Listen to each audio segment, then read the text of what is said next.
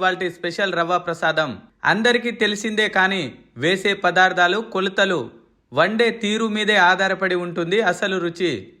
నేను చెప్పిన కొలతలతో ఓసారి ట్రై చేసి చూడండి, ఎంత పర్ఫెక్ట్గా వస్తుందో మీరే చూస్తారు. Let's start.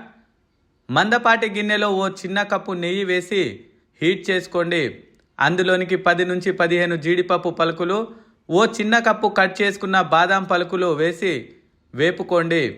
స్టవ్ను లో ఫ్లేమ్లో ఉంచి ఎర్రగా వేపుకోండి. రంగు మారాక జీడిపప్పు లైట్ గోల్డెన్ బ్రౌన్ కలర్లోనికి రాగానే తీసి పక్కన ఉంచుకోండి. అదే నెయ్యిలో 2 కప్పుల బొంబాయి రవ్వ వేసి సన్నని సెగ మీద ఎర్రగా కాల్చుతూ వేపుకోండి. రవ్వ రంగు మారి ఎర్రగా వేగుతుంది. అప్పుడు 7-8 నిమిషాలకి రవ్వను తీసుకున్న కప్పుతోనే డబుల్ నీళ్లు పోసుకోండి. అంటే ఓ కప్పుకి 2 కప్పుల నీళ్ళు అన్నమాట. నీళ్లు పోసి ఉండలు లేకుండా కలుపుకోండి.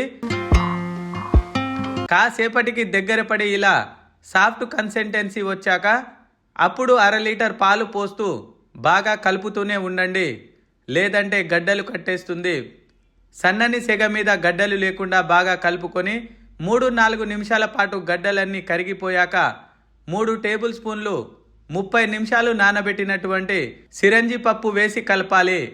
10 నుంచి 12 నిమిషాల పాటు ఉడకనివ్వండి. 12 నిమిషాలకి చిక్కబడడం మొదలవుతుంది.